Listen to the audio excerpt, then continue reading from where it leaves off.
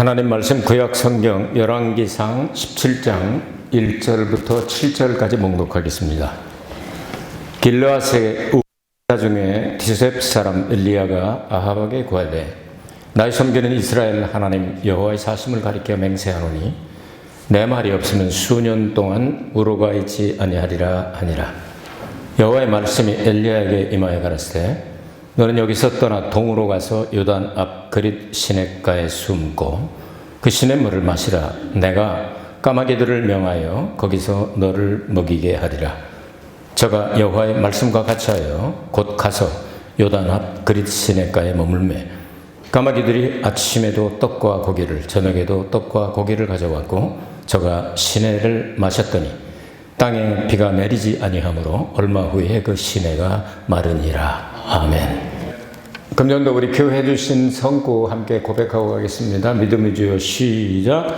믿음의 주여 또 온전케 하시니 예수를 바라보자. 전 그 앞에는 즐거움을 위하여 십자가를 참으사 부끄러움을 개의치 아니하시더니 하나님 보좌 우편에 앉으셨느니라. 아멘. 빨리 예배가 완전하게 회복되기를 기도해 주시기를 바랍니다. 11월 둘째 주일을 맞이했습니다. 요즘 이렇게 심각한 코로나가 생기고 난 다음에 제일 많이 볼 수 있는 사람이 여기 사거리나 이런 데 가면은 자전거 타고 이렇게 우버라고 쓴 사람들이 제일 많이 부지런히 다니는 것 같습니다. 이 딜리버리라고도 하고 택배 비슷한 건데 성경에서 찾아봤더니 하나님께서 엘리야를 위하여 이 딜리버리를 시작하신 것 같아요. 그래서 까마귀들을 명령하여 그렇게 먹여주시고 또 이렇게 여러분 아시다시피 3년 반 동안 기근과 그 가뭄 이런 게 다 끝나고 난 다음에 또 이제 광야에 들어가서 또 죽겠다고 소리치니까 또 천사를 보내가지고 또 딜리버리 시켜줬잖아요. 그런 내용들을 성경 읽으면서 참 재미있다 생각하면서 오늘 성경 말씀에 그릿 시냇가로 숨으라 하는 말씀이 나옵니다. 이걸 전후해서 이게 어떤 뜻인가 하는 내용을 함께 생각을 해보도록 하겠습니다. 여기 나오는 엘리야는 선지자 가운데 선지자다 이렇게 얘기를 하죠. 그리고 그의 성장 과정이라든지 어떻게 해서 부름받았는지 이런 것도 나오지 않고 갑자기 그냥 디셉 사람 엘리야가 하나님께서 부르셔서 그냥 풍우나와 같이 싹 나타났다가 그리고 난 다음에 사역을 짧은 기간 동안 사역을 끝내고 난 다음에 하나님이 회리바람을 태워가지고 다른 곳으로 데려갔다. 하늘로 데려가셨다 이렇게 말씀했는데 예수님이 지금 계신 3층천의 하늘은 아닙니다. 하늘들로 이렇게 데리고 가신 것으로 나타나 있습니다.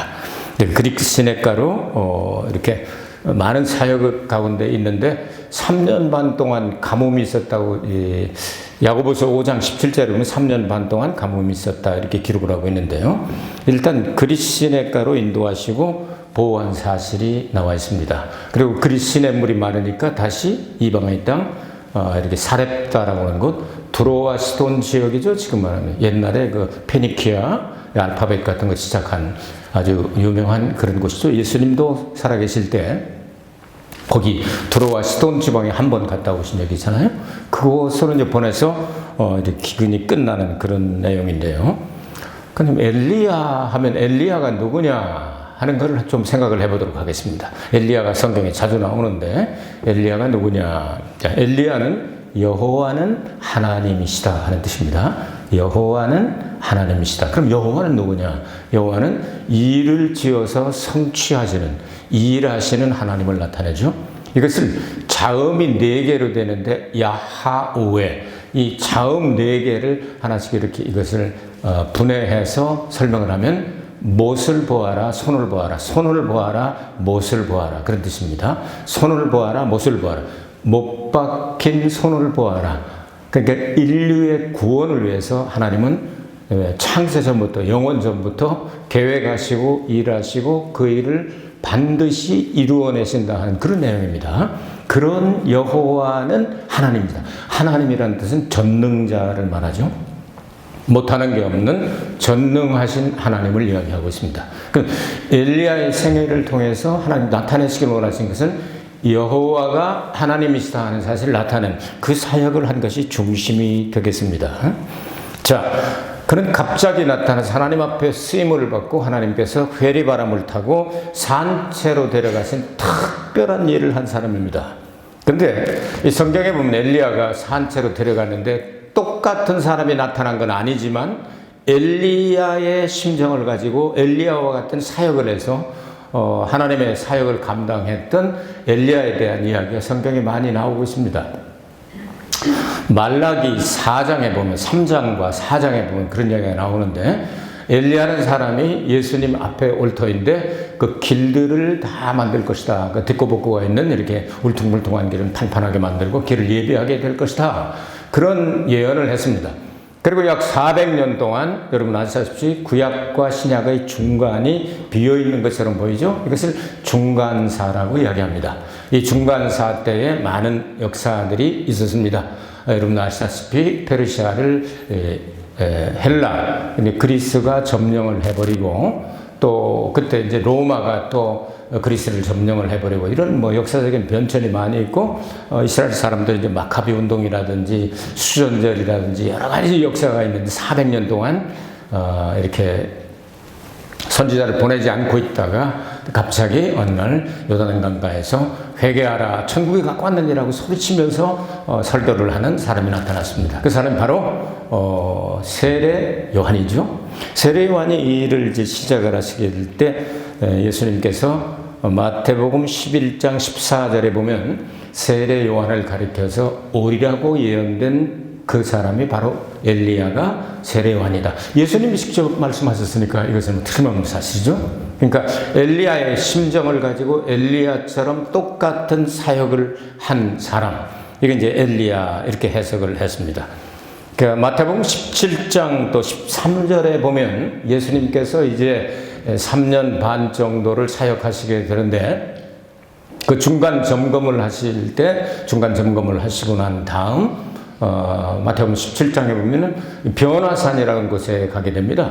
변화산이라는 갔을 때 제자들은 거기서 이제 졸며 자기도 하고 이렇게 비몽사몽간에 그러고 있었는데 예수님께서 모세와 엘리야를 불러가지고 예루살렘에 올라가서 예수님께서 고난을 당하시고 별세하실 것을 논의했다. 그런 내용이 나옵니다. 그때도 엘리야가 나타나게 됩니다. 자, 이런 엘리야의 사역이 이렇게 나타나다가 요한계시록에 보면은 두 증인들이 나타나는 요한계시록 11장에 두 증인들이 나타나는 시대가 다가오게 됩니다. 그 두 증인들이 나타나서 하는 일들이 사역을 보면 모세와 엘리야가 했던 일들하고 비슷한 일들이 나오게 됩니다. 그렇죠? 그리고 또 죽음을 보지 않고 이 세상을 떠난 사람이 에녹과 엘리야. 그래서 학자들 간에는 모세와 엘리야가 다시 나타날 것이다. 그 변화선상에 나타난 것처럼 그렇게 얘기하는 사람도 있고, 어떤 사람은 그 하나님이 정하신 법칙에 의하여 죽음을 보지 않고 간 사람이 두 사람이 있으니까 죽음을 한번 봐야 되지 않냐. 그 둘 다 이제 순교를 하게 되는데요. 그래서 에녹과 엘리야가 나타나는데 어쨌든 그 둘 중에 어떤 이론을 따르더라도 어떤 설을 따르더라도 엘리야는 공통분모로 들어간다. 그래서 엘리야라고 하는 사람은 이것을 통해서 무엇을 내느냐면 여호와는 하나님이시다 하는 사실을 역사적으로도 계속 그렇게 감당을 해왔고 마지막에도 감당하게 될 것이다. 엘리야는 이렇게 정리하면 엘리야의 사역이 많이 있지만 여기 기근과 관계됐고 요 정도 하면은 여러분이 될 겁니다.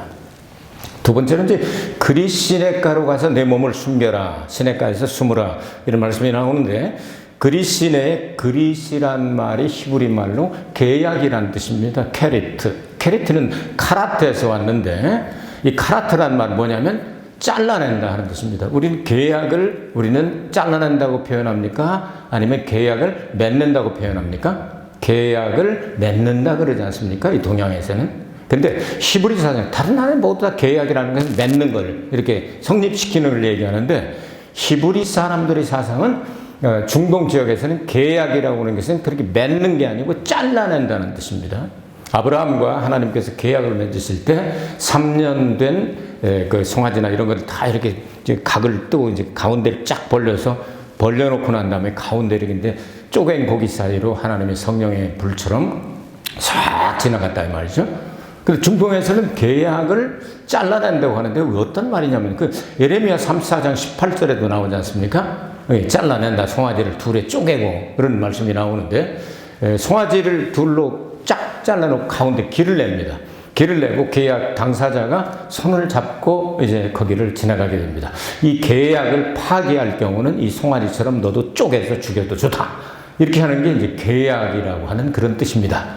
성경에서는 그 계약을 어떻게 하느냐 하면 아브라함에게 그렇게 하고 난 다음 무엇을 시키죠? 아브라함과 15장에서 그렇게 쪼갠 고기 사이로 지나가게 하시고 난 다음 16장, 17장에 가면 이제 아브라함에게 어떤 일을 시킵니까? 할례를 받게 합니다. 할례라고 하는 건 묶어 매는 게 아니고 잘라내는 거죠. 몸 일부 중에서 가장 중요한 부분을 쉽게 말하면 고추 끄트머리를 가장 그 은밀하고 보이지 않고 죄만이 지는 그곳을 똑 잘라서 버리는 거죠. 버려서 죄악이 물들지 않고 하나님이 성별한 백성들처럼 살아라 하는 그 증거를 가지게 되는데 구약 성경에서는 이 할례를 가리켜서 계약의 표시로 삼았다. 신약에 들어와서는 어떻게 하느냐? 마음의 할례를 받았을 때 예수 그리스도의 계약 속에 들어가게 된다. 이런 내용이에요. 마음의 할례는 뭐냐 하면 나는 이제 세상과는 관계없고 예수님만 위해서 살겠습니다. 예수님과 함께 살겠습니다. 예수님을 위해 살다가 예수님이 정해놓으신 그곳에 가서 영원토록 예수님께 예배하고 찬송하면서 그렇게 살겠습니다. 그 결심하는 이 심령이 그렇게 된 사람을 가리켜서 신약성에서는 할례를 받았다. 그리고 외적으로 표시할 때는 세례를 통해서 그것을 공표를 하게 되죠. 이걸 가리켜서 이제 계약이다 이렇게 하는데 하나님은 제일 먼저 아담과 계약을 맺으셨죠. 아담이 깼죠. 그 다음에는 노아와 계약을 맺으시고 약속을 주셨습니다. 그 다음에 아브라함과 계약을 맺으셨습니다. 그리고 난 다음에 다윗과 또다시 계약을 맺습니다. 그건 다윗의 자손을 통해서 영원히 내 왕통이 계속된다. 그러니까 주의 종이 주의 은혜로 종의 집이 영원히 복을 받게 하옵소서 하고 그냥 다윗은 감사해서 기도드리죠. 그런 내용들이 바로 솔로몬 지나서 쭉 내려가서 예수님이 오셨을 때 이제 물론 이스라엘과 계약을 맺은 것이 있고요. 다윗과 맺고 그다음에 예수님이 제자들과 새로운 계약을 맺게 되죠. 그 새로운 계약이 여러분 아시다시피 그 마지막 그 성찬 최후의 만찬이라고 그러죠. 거기서 계약을 맺게 됩니다. 그 계약을 맺을 때 예수님께서 이거는 내 몸이다 하고 빵을 주시고 그리고 난 다음에 이건 내 피다 하고 뭘 주셨죠? 포도주를 주셨습니다. 자, 모든 계약이 그리고 난 다음 사도들과 계약을 맺으시고 신약의 교회와 계약을 맺은 것을 성경은 계속 말씀합니다. 그 계약의 중심적인 내용은 뭐냐면 잘라서 희생제물을 피 흘려서 버리고 예수 그리스도의 피를 통하여 우리 계약이 신약이나 구약이나 맺어진다 하는 사실을 가리키고 있죠. 이걸 가리키기 위해서 그리스로 가라, 계약으로 가라. 이것이 이제 요단 동편으로 나와서 여기서는 이스트 오브 조르단 이렇게 써진 걸 보아서 자기 나라가 아니고 그 넘어서 요단강을 건너서 동편에 있는 지금 요르단 지역으로 그리스로 가게 했죠. 이런 내용들을 생각하게 될 때 하나님께서 그냥 계획이 없이 그냥 거기 물이 있으니까 글로 가 그런 게 아니라 어떤 목적을 가지고 계약을 가리키기 위해서 예수의 피로 계약에 들어간 사람이 천국에 간다고 하는 사실을 가리키기 위해서 이런 내용을 가르치지 않았나 이렇게 생각이 듭니다. 자, 그다음 이제 시냇물을 마셔라 이런 말씀이 나오죠. 이제 시냇물은 누가 준비합니까? 하나님이 준비하셨죠. 천지를 창조하실 때 하나님께서 준비하시고 사람을 마지막 만들지 않습니까? 그렇기 때문에 1편 1절에 3절을 보면은요, 이 생수, 이 물은 하나님 귀중한 그 생명수를 상징하죠. 복 있는 사람은 악인의 꾀를 좇지 아니하며 죄인의 길에 서지 아니하며 오만한 자의 자리에 앉지 아니하고 오직 여호와의 율법을 즐거워하여 그 율법을 주야로 묵상하는 자로다. 저는 시냇가에 심은 나무가 시절을 쫓아 과실을 맺으며 그 잎사귀가 마르지 아니함 같으니 그 행사가 다 형통하리로다. 이 물 있는 곳이 생명수와 연결이 되죠. 그리고 난 다음에 하나님께서 까마귀를 여러분 아시는 택배원으로 이제 채용을 하시게 된 겁니다. 그래서 우바처럼 이거 막 싣고 오는 겁니다. 아침도 저녁도 그리고 떡과 그리고 고기를 갖다가 여러 마리가 와가지고서 그걸 샤샤 해가지고 그놈 자식들이 얼마나 욕심이 많은데 욕심이 많습니까? 누구를 주는 법이 없죠. 뺏어 먹으면 뺏어 먹었지. 얼마나 욕심이 많은지 그냥 이렇게 했는데 이 까마귀를 시켜서 하나님께서 이렇게 사용하신 것을 볼 수가 있습니다. 그리고 까마귀가 누구냐? 까마귀죠.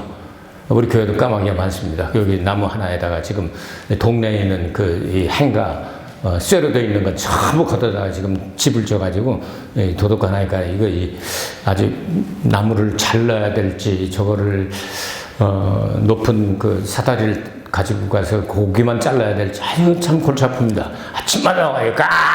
별로 노래도 잘 못하면서 깍! 소리 지르고 깍! 너도 그러냐? 난 내가 기도한다. 깍! 이놈아. 이래도 도망도 안 가고 그럽니다. 까마귀가 무슨 노래를 잘하겠어요? 이소부화를 보면은 까마귀가 노래를 잘 못하죠. 까마귀가 가지고 가는 고기 먹고 싶어가지고 얘기를 하잖아요. 내 평생 소원 이것뿐. 까마귀 노래 한 번 듣고 죽으면 원도 없겠다. 그러니까 물고 가다가 깍!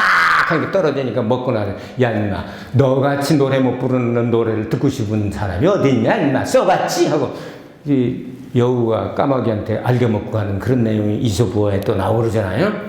이놈이 남을 안 주는 놈인데 하나님의 명령을 내리시니까 지들은 금식을 했는지 어쨌든 모조리 갖다가 이 엘리야한테 저러면 나오고 엘리야는 참 살판 났어요. 다른 데는 그냥 가뭄이 와가지고 우로도 내리지 않고 그다음에 비도 안 내리고 그냥 다들 굶어 죽고 난리가 났는데 혼자 그냥 시냇물을 좋다 아무것도 안 하고 앉아서 좋고 간만에 내가 그냥 휴식을 안식년 주셨나 하면서 거기서 그냥 그거 먹고 그다음에 그 밥 차릴 것도 없잖아요. 다 된 거 갖다 주니까 떡하고 그다음에 이렇게 고기하고 갖다 주니까 완전히 요즘 말하면 그 햄버거 아니야? 빵에다가 이거 해가지고 다 좋다 하면서 먹고 이러고 있네. 근데 하나님께서는 이 까마귀들도 가끔 사용하시는데 잘 들어보시기 바랍니다.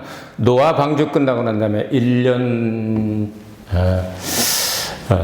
377일 동안 있었죠. 377일 동안 배 안에 있다가 제일 먼저 내보낸 게 누구죠? 까마귀입니다. 아무 사람이 도와주지 않아도 혼자 갈 수 있는 개척 정신 또한 나그네 정신. 그렇죠? 성경에 보면 그 내보냈더니 까마귀가 왕래하였더라. 그러니까 배에 있는 대로 절로 나갔다가 다시 왔다 갔다 했다는 얘기죠. 왕래하였더라. 하나님의 전령으로 먼저 보내놓고 잡식이니까 그리고 난 다음에 성령의 인격을 상징하는 이 비둘기를 3번 보내죠. 성부시대, 성자시대, 성령시대 3번을 이렇게 보내지 않습니까? 이렇게 사용할 때도 까마귀를 사용하셨다고 말이에요. 오늘 여기도 사용하시고요. 마태복음 6장 26절과 누가복음 12장 24절을 보면 좀 차이가 있는데요. 마태복음은 유태인들을 향하여 사용했기 때문에 유태인들은 율법에 의하면 까마귀가 정결한 새입니까? 부정한 새입니까? 부정한 새죠. 그러니까 이스라엘 사람들은 까마귀라고 할 리가 없다. 예수님께 설교할 때. 그러니까 공중에 나는 새를 봐라 하는데 까마귀도 새죠. 공중 나는 새를 봐라. 심지도 거두지도 않고 창고도 없고 뭐도 없는데 하나님이 다 먹여주신다는 그런 내용이 나오잖아요. 기록입니다. 근데 헬라인이었던 이방인이었던 누가복음 12장 24절 외울 때 12를 둘로 곱하면 24이 된다. 이렇게 외우면 좋습니다. 12장 24절에 거기 보면 까마귀를 보라. 심지도 않고 거두지도 않고 그렇게 나옵니다. 이방인들은 까마귀를 그대로 주님이 어쩌면 새를 보라 하실 수도 있지만 까마귀를 보라 하셨을 것 같아요. 그러니까 까마귀를 보라고 그대로 기록을 한 거예요. 근데 그 까마귀를 보라. 그러면 부정한 새도 이렇게 하나님께서 전령으로 사용하시는데 정결한 새는 말할 필요도 없을 거 아니에요? 이런 걸 생각할 수 있도록 하게 하죠. 어쨌든 까마귀가 이렇게 쓰임을 받게 됩니다. 까마귀가 쓰임을 받고 사도행전 10장을 통해서 조금 더 한번 영적으로 생각을 해보도록 하겠습니다. 사도행전 10장에 보면 베드로가 욥바라고는 하이파 쪽이죠. 지금 그쪽에 이제 갔습니다. 지중해 연안에 있습니다. 저도 그 집을 2번 가봤는데요.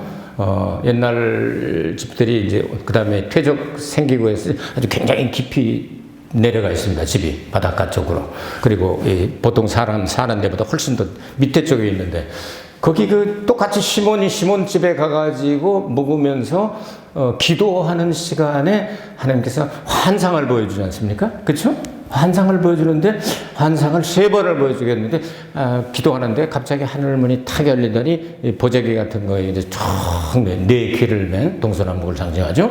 이거 이제 쭉 내려왔어요. 그래서 이걸 열어봐라. 열어보니까 거기 온갖 기는 것, 더러운 거 하여튼 부정한 것들이 그냥 탁 가득 있는데 배고프지? 예. 지금 배고픈데도 기도하느라 이렇게 기다리고 있습니다. 잡아먹어. 그랬더니 하나님 무슨 말씀하십니까? 제가 어려서부터 유대인으로서 율법에 부정하다고 하는 건 한 번 먹은 적이 없는데 이런 걸 어떻게 먹어요? 그랬더니 하나님이 정하게 하면 정한 거지 뭘 그렇게 말이 많아하고 올라가 2번, 3번을 그렇게 했지 않습니까? 그리고 났는데 똥똥똥똥 두들겨가지고 고넬료 집에서 병사와 함께 종들을 보내 3사람이 그리고 오죠? 그들이 와. 여기 베드로가 시몬이라는 사람이 묻거든요. 시몬 집에 가서 시몬이. 이제 이 얘기가 돼가지고, 거길 가서 6명을 데리고, 혹시 또 이방인들한테 가는데 유대인 나가 혼자 갔다 와가지고서 덤탱이 다 뒤집어 쓸까봐 유대인 6명을 같이 데리고, 이제, 베드로 7명, 3명, 10명이 관계되죠? 10명이 이제 여기 가가지고, 고넬료 집안에서 집회를 여는데 막 말씀을 전하는데 성령이 강림하게 되단 말이에요. 이게 알게 된 거예요. 이제까지는 베드로의 사상 속에는 유대인들만 구원받고 정결한 사람들만 구원받는다 이렇게 생각을 했는데 하나님께서 이방인들에게도 은혜를 주셔서 구원받게 한다는 사실을 가르쳐 주셨잖아요. 이걸 듣고선 깜짝 놀라가지고 이거구나 갔다 와서 보고를 했더니 유대인 형제자매들이 이방인에게도 구원 얻는 회개를 주셨구나 하면서 받아들이지 않습니까? 여기서 가르치는 내용이 부정한 것들 이것들을 하나님께서 사용하셨다고 말이죠. 자, 이렇게 사용하시는 것처럼 까마귀조차도 하나님은 사용하신다. 그리고 하나님의 은혜 안에 있다. 그래서 이방인도 하나님의 보호 안에 들어있다. 그 이방인 가운데도 구원받는 사람이 있다 하는 사실을 가르치게 되는 거예요, 지금. 엘리야에게 가르친 것도 베드로에게 가르친 거죠. 자, 그런데 한참 있다 보니까 비가 내리지 않아서 어떻게 됐다고요? 그릿 시내가 말랐다. 하나님의 계약의 말씀은 구약 성경은 이제 신약으로 계속되는 부분이 있고 예수님을 나타내기 위해서 구약 성경을 기록한 거니까요. 그래서 어떤 예수님이 오심으로 철폐된 법들이 있습니다. 철폐된 법들이 있는가 하면 계속된 도덕법이나 이런 건 계속되는데요. 자, 그릿 시내가에 물이 마르면 그 다음에 하나님께서 어디로 옮기셨느냐 하면 또다시 두로와 시돈 지방. 인류 역사에 가장 찬란했던 문화를 가지고 있었다고 생각이 되죠. 에스겔서 28장 같은 데를 보면요. 이 두로 왕에 대해서 사탄을 비교해서 이 두로 왕을 설명을 한 게 나옵니다. 하나님의 동산에 거느렸고 너는 화강석 가운데서 다이아몬드죠. 이런 것 가운데서 막 걸어다니고 엄청난 기름 덮은 그룹이요 하면서 엄청나잖아요. 그거이 바로 이 페니키아 지역이지 않습니까? 두로와 시돈이. 그 페니키아 문자가 바로 요즘 이 알파벳을 만들어낸 시작이지 않습니까? 전 세계를 지금도 덮고 있지 않습니까? 이런 엄청난 그 두로와 시돈 지역으로 하나님께서 그를 인도하시게 됩니다. 그래서 하나님은 이곳에서 사명이 끝나면 그 다음 단계로 인도하십니다. 구약이 끝나면 신약으로 다시 계약을 맺어주십니다. 그러면 사렙다라고 하는 뜻이 뭡니까? 주입하다, 여기다 꽉 채워서 집어넣다 하는 뜻입니다. 새로운 것을 집어넣는 거예요. 그런데 그게 누구네 집에 갔습니까? 과부 집에, 아들 하나밖에 없는 집에. 그 집에 기적을 일으키시려고. 그리고 그래, 밀가루와 그 다음에 기름, 이것은 말씀과 성령을 상징할 수가 있죠. 환난 날에 하나님께서 보호처에 3년 6개월 동안 대환난 마지막 끝까지 하나님과 계약을 맺은 사람들은 말씀과 성령으로 보호하실 것을 예표하고 있죠. 그래서 끝까지 거기서 빵을 구워 먹는데 떨어지지 않았더라고 나와요. 밀가루가 어떻게 3년 반 동안을 세 사람이 계속 먹어야 되는데 안 떨어집니까? 기름이 어떻게 안 떨어집니까? 상징이고 그러니까 하나님은 실제로 나타내 주셨고 이것은 영적으로 신약에서는 말씀과 성령이 예수님 오실 때까지 계속 우리를 이끌어주고 보호하고 도와주신다는 그런 내용으로 연결할 수 있지 않겠어요? 그래서 그렇게 하면서 하나님의 기적을 체험하게 될 때 애가 죽어요 또. 그 죽으니까 또 이거 이제 하나님 앞에 또 기도해서 살려요. 그러니까 이 하나님 약속의 말씀대로 3년 6개월, 2, 3년 동안 비가 안 올 것이다. 이슬도 내리지 않을 것이다. 이렇게 했는데 이땐가 했는데 애를 죽은 사람을 기도하고 탁 살아나니까 이제 때가 찼나 보다 하고 나가서 바알하고 싸우잖아요. 뭐 죽은 사람 살리는데 뭐 못할 때 뭐 있어 해가지고 불 내리기 시합을 해가지고 승리하지 않습니까? 엘리야의 사건이 그렇게 이제 연결이 되는데요. 이제 구약이 지나면 신약으로 연결되고 환란이 끝날 때까지, 그 다음에 가뭄이 끝날 때까지 고아와 과부에게 먼저 보내셔서 가난한 자들이 먼저 복음을 받아들이죠. 세계 역사를 보면 부유한 사람들도 예수님을 영접하는 사람이 있습니다. 예수님 말씀하실 때 부자가 천국에 들어가기가 낙타가 밟기 통과하는 것보다 더 어렵다 이렇게 말씀을 했는데 그 원문에 보면은요 재물을 의지하는 부자는 천국에 들어갈 수가 없다는 그런 내용으로 말씀을 했어요.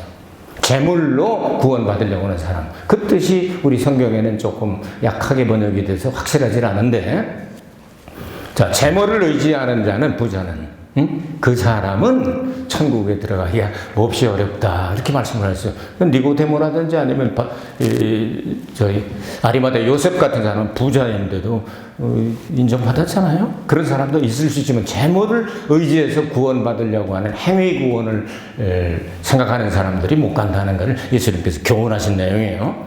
어쨌든 이런 내용들을 생각하면서 오늘 그 그리스도인가를 중심으로 해서 하나님의 계약과 그리고 할례와 여러 가지 내용들이 여기 들어있는 것을 여러분들에게 말씀을 드렸습니다. 여러분 이렇게 참 심각한 코로나 바이러스 이런 것 때문에 환경에 제약이 많고 또 예배가 점점 회복은 되는데 완전히 회복이 안 돼서 참 가슴이 아픕니다만 지금까지 살아있는 거 감사하지 않아요? 여러분 어때요? 지금까지 살아있는 거 감사하지 않습니까? 그 코로나 걸리면 어떡할 거야? 근데 하나님께서 용케도 안 걸리게 이렇게 다 지켜주셔서 여러분 우리 교회 참 하나님이 참 보호하셔서 감사하지 않습니까? 우리가 참 가진 건 없지만 많이 드릴 것도 없지만 다음 주일에 이제 추수감사 예배를 드리려고 합니다. 근데 네 번째 주일 늘 드렸는데 금년에는 네 번째 주일이 또 대강절 첫 주일이라 조금 나눠서 할까 해서 다음 주일에 이제 추수감사 예배를 드리려고 합니다. 있는 것 중에 가장 좋은 것. 하나님이 데려가셔도 어쩔 수 없는 우리 존재들이지만 살려주신 것 감사하고 여기 있는 것 감사하고 믿음 주신 것 감사하고 이런 자세를 가지고 하나님 앞에 이렇게 했으면 좋겠습니다. 오늘 성경 말씀 전체를 이렇게 영어 성경을 보면서 이렇게 정리를 한번 해본 것을 읽어보았습니다. 하나님의 계획 가운데 달아들게 네 가지 P입니다. 하나님의 계획 가운데 모든 것들이 다 플랜이죠.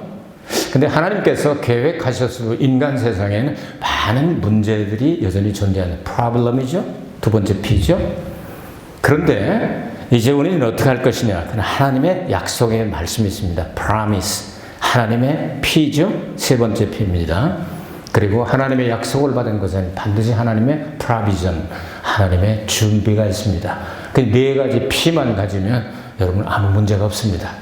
어떤 역경 가운데서도 환난기가 끝날 때까지도 하나님께서 하나님이 쓰시고자 하는 엘리야는 끝까지 그리스로 지금 요르단 나라 쪽으로 보내셨다가 다시 저 서쪽 끝쪽에 있는 이 지중해 쪽으로 들어와시던 옛날에 키야 이쪽으로 또 이렇게 이동을 시키셔서라도 하나님께서는 살아남게 하셔서 사명이 다 끝나고 난 다음에 어떻게 합니까? 회리바람 타고 싹 하나님께 하시는 겁니다. 이제 우리는 그날을 기대합니다. 성경에 보면 잠자는 자들이 예수님과 함께 오게 될 것이며 죽은 자들은 그 자리에서 펄떡 먼저 일어나게 될 것이며 그 다음 살아남은 자들은 순식간에 호련히 변화되어서 공중에서 예수님을 모두 만나게 될 것이다. 잠자는 자나 죽은 자나 살아있는 자나 변화되어서 똑같은 장소에서 집합하면 다 만나게 될 것이다. 그날을 바라보면서, 그날을 소망하면서 여러분 세상에 너무 정두지 마시고, 세상에 너무 보화를 쌓아놓지 마시고, 하늘나라의 보화를 쌓아두면서 언제 주님이 부르시더라도 미련 없이 바이바이 하고 주께 갈 수 있는 정말 행복한 신앙인들이 되기를 주의 이름으로 축복합니다. 은혜로우신 아버지 하나님, 그리스 시냇가로 가서 내 몸을 숨겨라 말씀하신 하나님의 정말 부드럽고 사랑스러운 지시를 중심으로 엘리야의 사역을 좀 생각해 보았습니다. 하나님 아버지, 우리는 어디에 있든 하나님께서 반드시 보호하실 줄로 믿사오니 내일 일을 염려하지 않습니다. 끝까지 주님과 동행하며 승리하며 살다가 예수님 오실 때 공중에 집합되어지는 저희들이 되게 하여 주옵시고, 그 이후에 상급을 받고 천년왕국에 반드시 예수님의 신부의 자격으로 들어가는 축복을 내려 주시옵소서. 예수 그리스도를 받들어 기도하옵나이다. 아멘. 주님께 영광의 박수 돌립니다. 할렐루야.